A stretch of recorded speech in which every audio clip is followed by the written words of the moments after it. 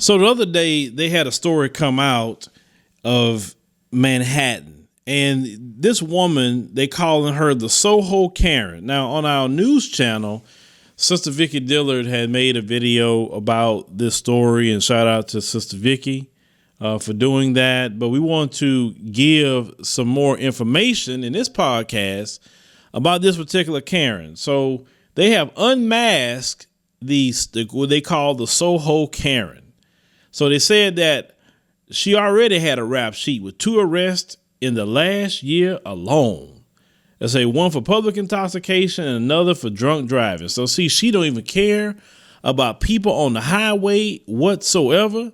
She putting other people's lives at risk drunk driving. I always said that if you get in the car drunk driving, I personally hope you hit a tree, because at least if you hit a tree, you hurt yourself. You didn't kill up an innocent family because you decided to get behind the wheel. It doesn't make no sense in this time period to do something like that. So her name is Miya Ponsetto. She's 22 years old. She was identified by actually the New York Post on Thursday as the so-called woman wanted by the NYPD for tackling the 14-year-old young brother who she falsely accused of stealing her iPhone at the Manhattan Hotel last week. Now, they said Ponsetto, who is said to have checked out of the Arlo Hotel 3 days prior to the attack, as it appears to have been far from home, as they reported her last known address was in Sun Valley, California.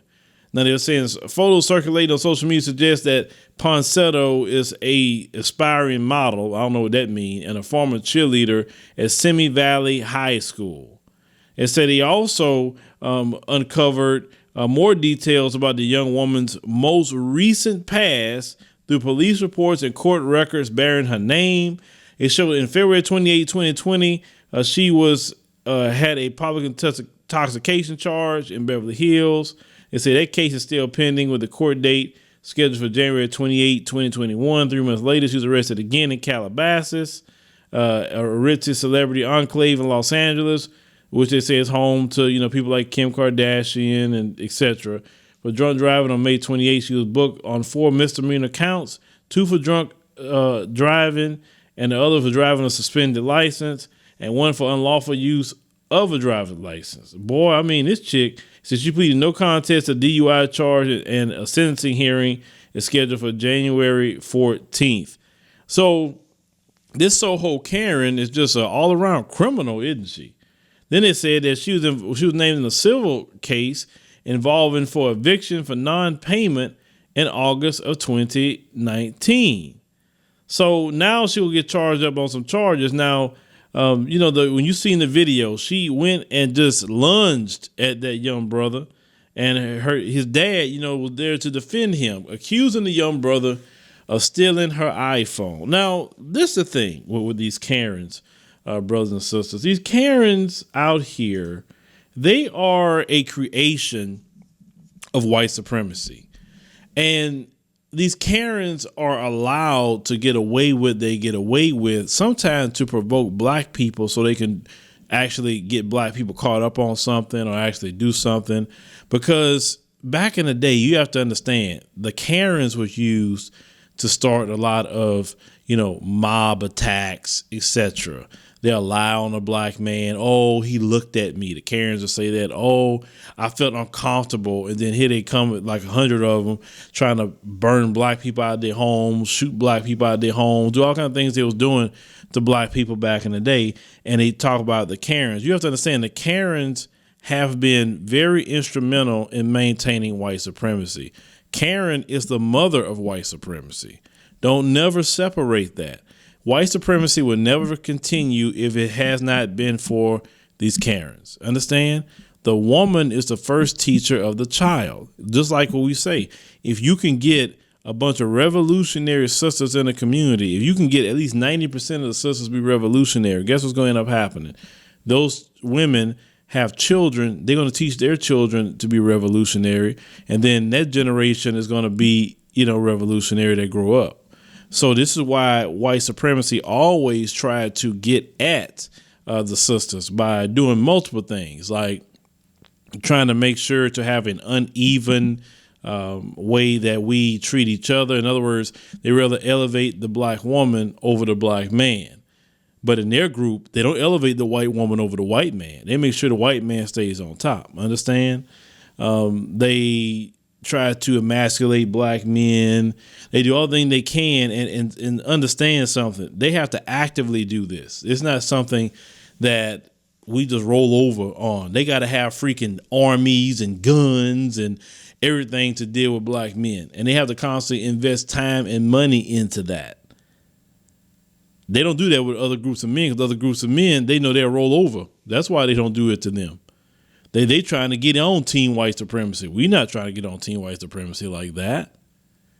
But understand, she is the mother of white supremacy. She keeps it going. She birthed their children. She makes sure to teach the children that she has a privilege and she has a right to accuse you of something, and you're supposed to sit up there and just take it. You don't supposed to have no response, anything. This is what she learned in her household, brothers and sisters. This is why it is imperative for black folk, for our safety, is to socially distance for the rest of our lives. Because if you socially distance for the rest of your life, you minimize your chances on dealing with the Karen here. Now, I know, this brother and his father don't know this ignorant fool, don't know her whatsoever, but this is what happens. Now, the bad part about it is that the manager was accommodating her behavior. Instead of saying, well, you know what, what's your phone number? Let me call the phone. And then, if that's, your phone, then we know. But no, what ended up happening, if you know the story, an Uber driver came back and said, hey, I think, one of your guests forgot their phone, and she got her phone back. But did she come out and make a public apology and say, I want to apologize to this young man for physically attacking him? I would like to, talk to him if I can, because I know this is embarrassing for him. No. She felt that she can just treat black people any kind of old way and do whatever she wants to black people. And that stuff right there, is a major problem, and that needs to stop. But we as black folks have to make it stop. Because if you just think calling them out is just going to do it, no. They have to be made examples out of when these things happen. We can't say, oh my God, did you see what they did to me? No, not at all. You have a right to self-defense. You have a right as black people to protect your children, and you want to teach your children. You don't tolerate nothing from no Karen, no Kevin. No, because they have to be known the first time that when they mess with you as a young black man or a black woman, they're messing with the right one. They're messing with the right one. You got to let them know that, because if you don't let them know that the moment they meet you, you got to have a certain energy about you as well. That energy that they were like, man, I don't know about that one. I don't see no Sambo in him.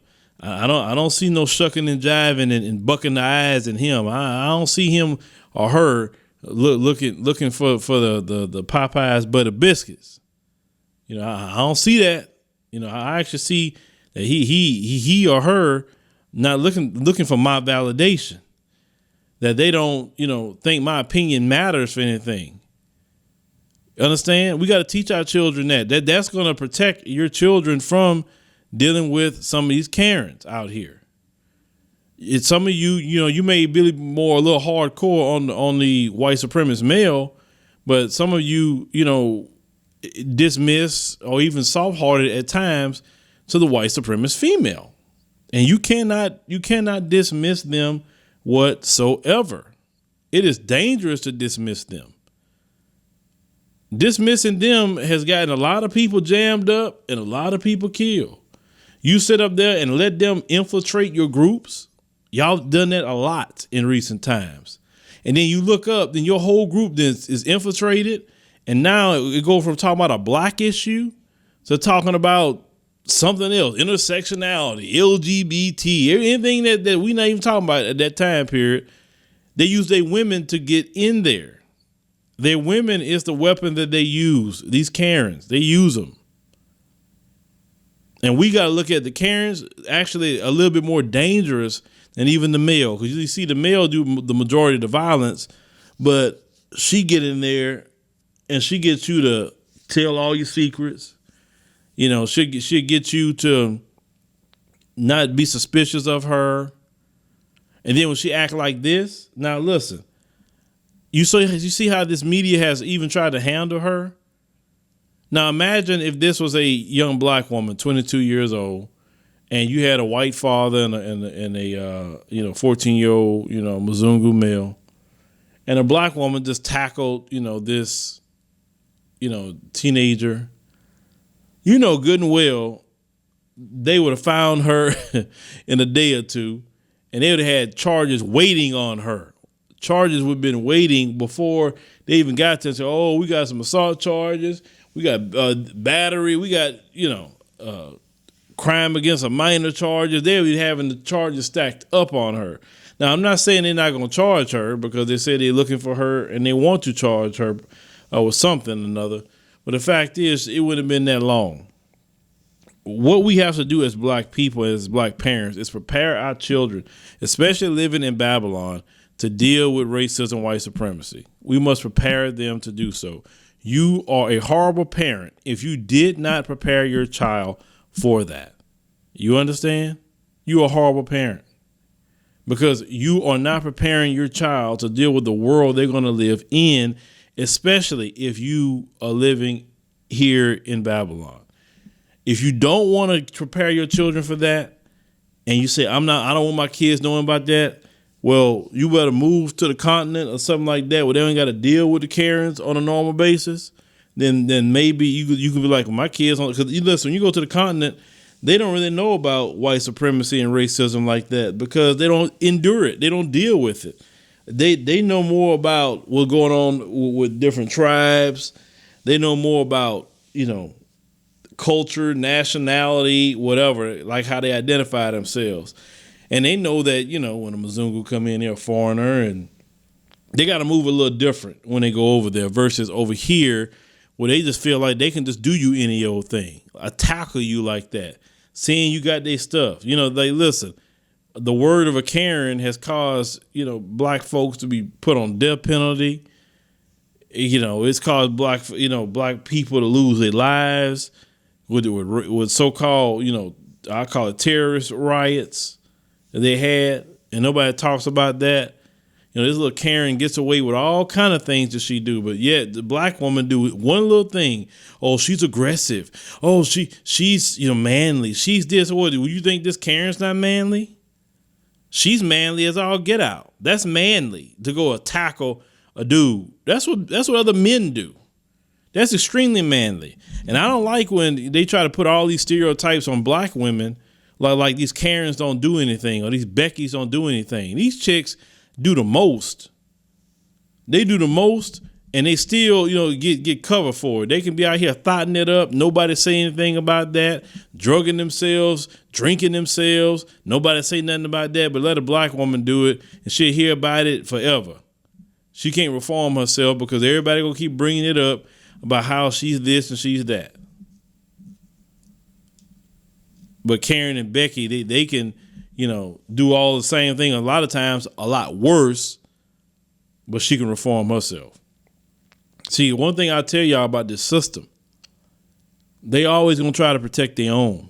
Even in their media, they're going to try to protect their own. They'll maybe talk about their people here and there. And trust me, this wouldn't even been a story if it wasn't even brought to social media. That's why I tell people, social media is the media. I'm going to repeat that a lot, that social media is the media. This so-called mainstream media is following the cues of what we talk about on social media. We don't follow them. That's why when people tell me, you should be on BT, you should be on it. No, I don't need to be there. They're looking at what I'm doing. They following it and checking out how I lay things down. Why do I need to be on there? I mean, don't y'all realize like TV is just about dead? Nobody watch that. I do better exactly what I'm doing right now. I talk to millions of people, every month. And the millions people watch my channel over the month. So I don't need them. I don't. And then why would I sit up there and go to a BET and make Viacom all kind of money? And I can sit up there and do it myself, and the money comes directly to us. And then I can spread that money to other black people that work for us. Because, a lot of them people at Viacom isn't black people. So what would be the point of that? Giving our intellectual property, our talent to these people. Like I said, we got to think about that, brothers and sisters. We got to think about it. That's not the way we handle things.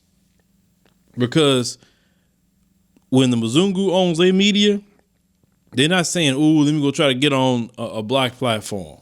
They're not focused on that. They focus on building their own, and they use their media to protect their own, even this Karen. They're not going to sit out there and demonize her too much. She may get a little of it, but she's not going to get everything, okay? So,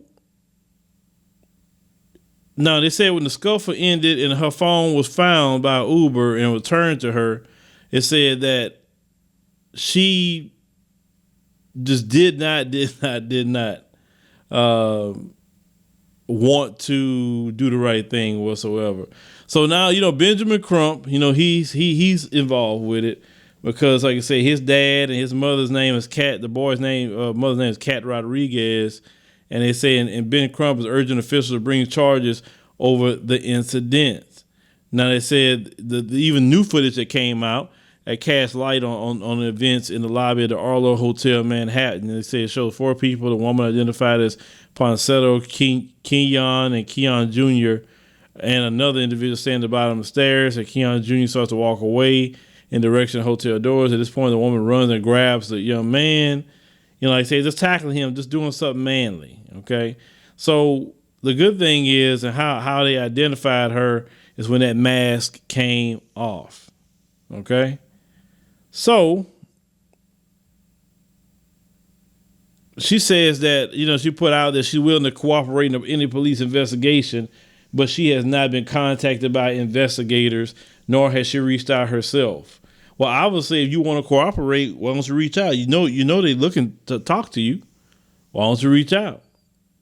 That's exactly what you should be doing, right? So, just another story of the Karens, ladies and gentlemen. Just another story of the Karens out here, just doing the most.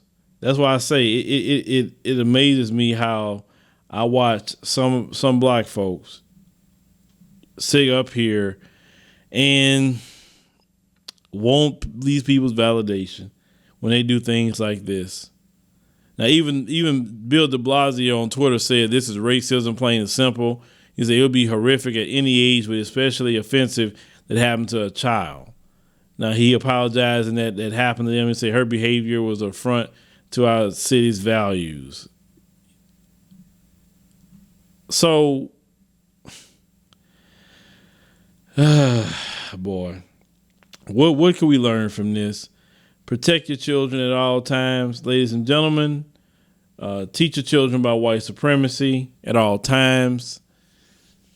Once again, if you're not teaching them, you're being a bad parent. Don't care what you say about that. You're being a horrible parent, because it's sad when children don't know anything about racism, white supremacy.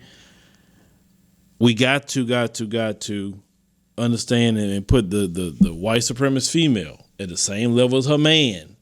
Never, never, never, I'm going to keep repeating that again, think that she's not in the same boat. Sometimes she's more diabolical, because sometimes she'd get him to be violent and stir things up when he wasn't even thinking about it at that time period. You know what I'm saying?